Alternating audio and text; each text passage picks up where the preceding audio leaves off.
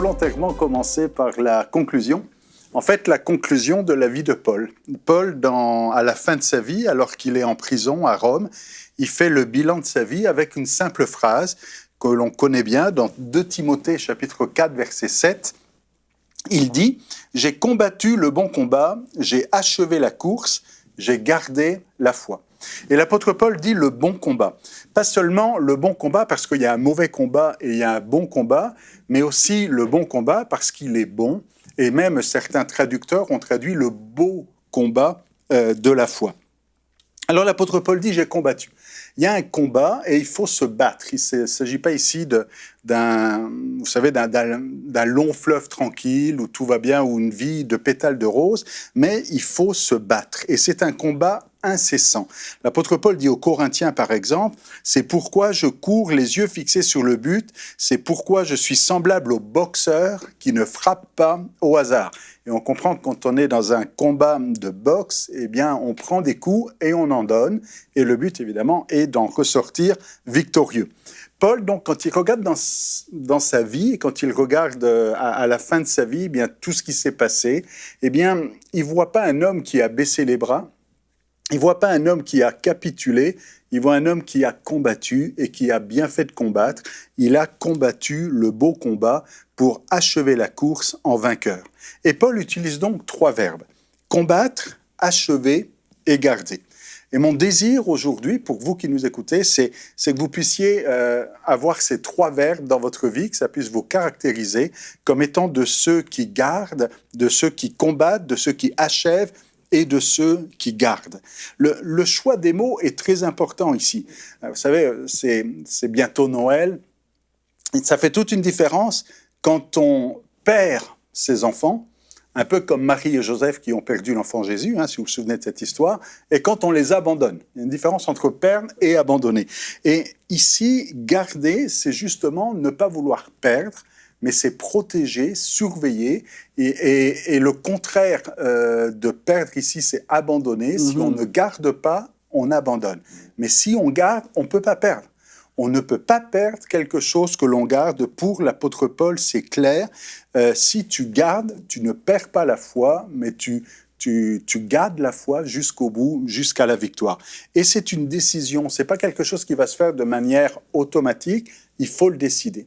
Il faut décider aujourd'hui de prendre soin de votre foi, de garder et de dire, j'ai décidé de garder ma foi, de ne pas la laisser comme ça à l'abandon, de laisser les choses aller sans en avoir le contrôle, mais au contraire, de prendre cette décision, eh bien, de dire, il y a des choses qui sont mauvaises, qui peuvent venir empoisonner ma foi, qui peuvent venir nuire à ma foi, eh bien, c'est prendre la décision de retrancher, de retirer, d'identifier les sources de danger. Il faut déjà savoir où est le danger par rapport à la foi pour pouvoir ensuite prendre la bonne décision et ne pas se laisser donc envahir par de mauvaises habitudes, de mauvaises fréquentations, de mauvaises lectures ou toutes sortes de choses qui viendraient nuire à la foi. C'est notre responsabilité.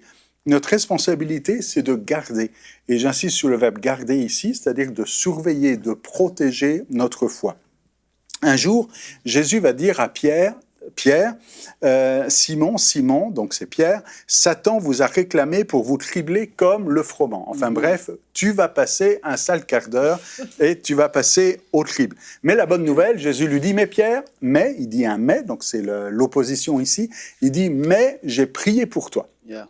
Et on aurait tendance à dire aujourd'hui, un petit peu le chrétien moderne du XXIe siècle, aurait tendance à dire, mais si Jésus a prié pour Pierre, tout va bien se passer, il n'aura plus de problème, le Satan ne pourra pas le toucher. Non, non, Jésus ne dit pas, j'ai prié pour toi afin que ça ne t'arrive pas.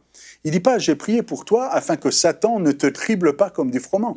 Il dit, j'ai pas prié pour toi afin que, la difficulté par laquelle tu vas passer n'arrive pas. Il dit, j'ai prié pour toi, afin que ta foi ne défaille pas. Et c'est ça, toute la subtilité ici dans ce texte-là, où Jésus dit que ma prière, la prière de Jésus pour Pierre, c'est une prière de protection, mais pas pour protéger Pierre de ne pas être criblé comme le froment, mais de protéger la foi de Pierre afin qu'elle ne défaille pas. Et aujourd'hui, le plus important, c'est pas d'éviter la tempête. le plus important, c'est de ne pas perdre la foi au milieu de la tempête. L'apôtre Paul est passé par plusieurs tempêtes, mais il dit « J'ai combattu le bon combat, j'ai gardé la foi ». Et pour Paul, c'est tout un leitmotiv, c'est quelque chose qui revient souvent dans sa vie. C'est pas juste à la fin de sa vie qu'il dit « J'ai gardé la foi, j'ai combattu le bon combat », mais c'est quelque chose de récurrent. Et tout au long de sa vie, c'était ça, et on le voit quand il enseigne Timothée. Là, on a lu ça dans la 2e à Timothée, mais dans la 1re à Timothée, il avait déjà le même langage et le même discours. Il pouvait dire la recommandation que je t'adresse, Timothée, mon enfant, selon les prophéties faites précédemment à ton sujet, c'est que d'après elles, tu combattes le bon combat. Ouais. Paul dit, Timothée, fais ce que je fais. Prends mon modèle. Il dira la même chose aux Corinthiens, soyez mes imitateurs. Et il dit à Timothée, si moi j'ai combattu le bon combat, toi aussi, combats le bon combat en gardant la foi, toujours le même vocabulaire ici. Alors je finis par l'introduction, puisque j'ai commencé par la conclusion. Et donc, l'introduction de ma pensée est celle que Paul donne à Timothée, c'est-à-dire, puisqu'on était dans 2 Timothée, on va arriver au début quand Paul va introduire ce thème-là. C'est 1 Timothée, chapitre 6, verset 12.